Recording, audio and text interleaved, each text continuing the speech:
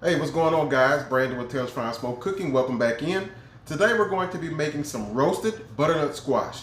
If you've never tried butternut squash, it is delicious. It kind of puts you in the mind of sweet potato slash zucchini slash potato, kind of all wrapped up into one. We're going to keep the seasonings really simple. I have some roast vegetable and fry seasoning and some black pepper. We're going to drizzle a little olive oil on it. Put it in the oven at 400 degrees and it's going to come out and it's going to be a banging side dish. So let me show you how to prep it. Alright, so here's your butternut squash. Similar to a pumpkin, it does have seeds and it does have veins in it. So what you want to do, first we're going to just want to cut the top off. And you can kind of square it off and cut off the bottom, like so. And after you're done doing that, you want to hold on firmly to it and just kind of use a peeler and just peel the skin off.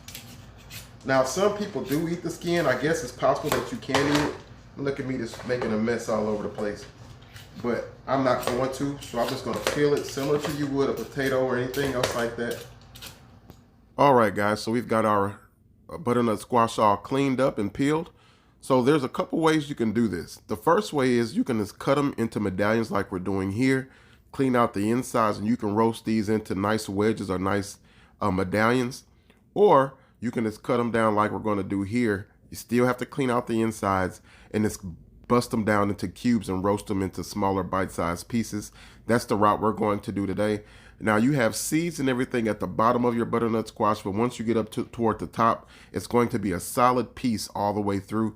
You do have to have a nice sharp knife because this is a firm vegetable, so it does take a little pressure in order to cut through it. But it is very good, and it's very good for you. It does give you that potato representation that you may miss, or sweet potato, but it's far less carbs and not nearly as many calories. So it's just really good and a really good substitute, and it tastes delicious. So again, I'm just going to take it, bust it down, and cut these into bite-sized cubes. And then once we're done, we're going to go ahead and lay them on a baking sheet and then get them prepped up first to go in the oven. Guys, so we've got the butternut squash all diced up or cubed up.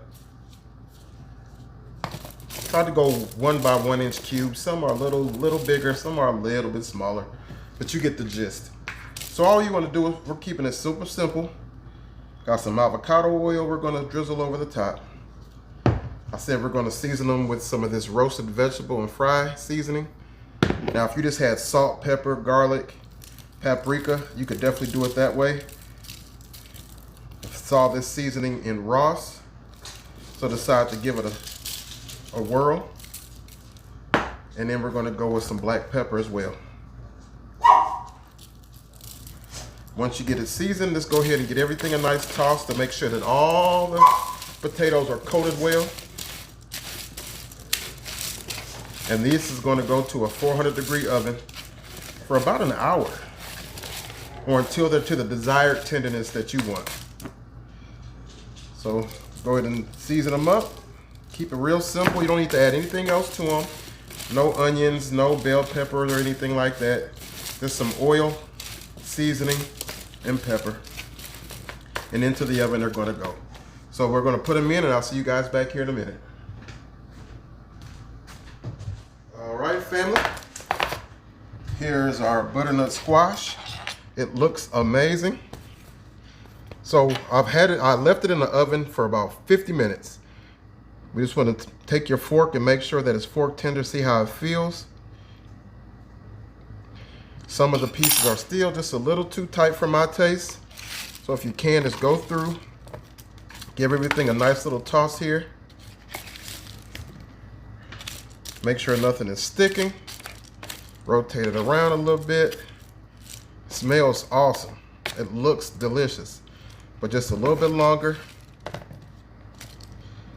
All right, and we're gonna go right back into that oven for about another 10 to 15 minutes, and it should be perfect. So see you guys back in a minute.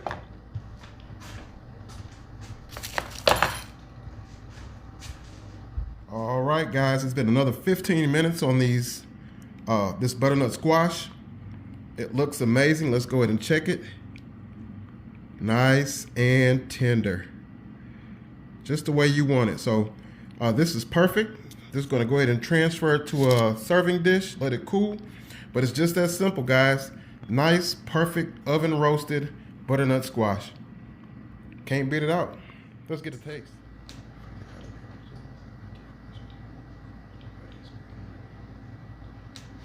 This is fresh off the press, so I do not want to burn myself, but it's nice and tender.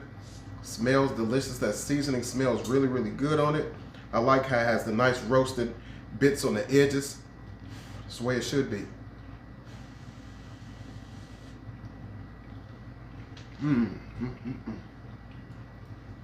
Man. Fire. Y'all try it. Try this recipe. Start incorporating different things into your diet. A lot of times people don't want to try new things and won't try new ingredients or new vegetables or anything, but this stuff is really, really good, and it's good for you. High in fiber, taste bomb. So if you want to substitute your potato or sweet potato, try this roasted butternut squash. I'm sure you'll love it. Catch you on the next one. God bless.